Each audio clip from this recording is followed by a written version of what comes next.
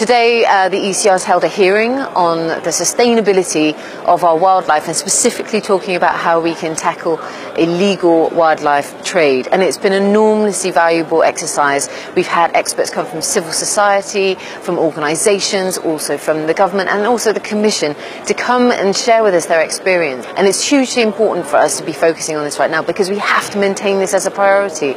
In a world where there are lots of things going on, it can often be forgotten about the scale of illegal wildlife trade, which is fourth only to narcotics, firearms and people trafficking as the most prevalent organised crime that we have in the world today. And it is, of course, has a huge impact on our environment and also the wildlife that we have in this world. And we all want to have this fabulous wildlife to pass on to generation. And we have to put a priority on tackling illegal wildlife trade in order to make that a reality.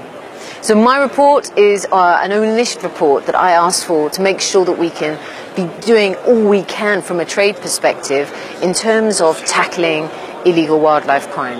That means that we consider this when we're doing our trade policy, when we're doing our trade negotiations. We're talking about anti-corruption, tackling this at the very, very heart, and making sure we're doing everything that we can in terms of implementation with customs enforcement, for example, to make sure that we're using both the public and the private sector to tackle this issue of illegal wildlife crime together and hopefully stop the terrible poaching that we're seeing that's ravaging our world of these special animals.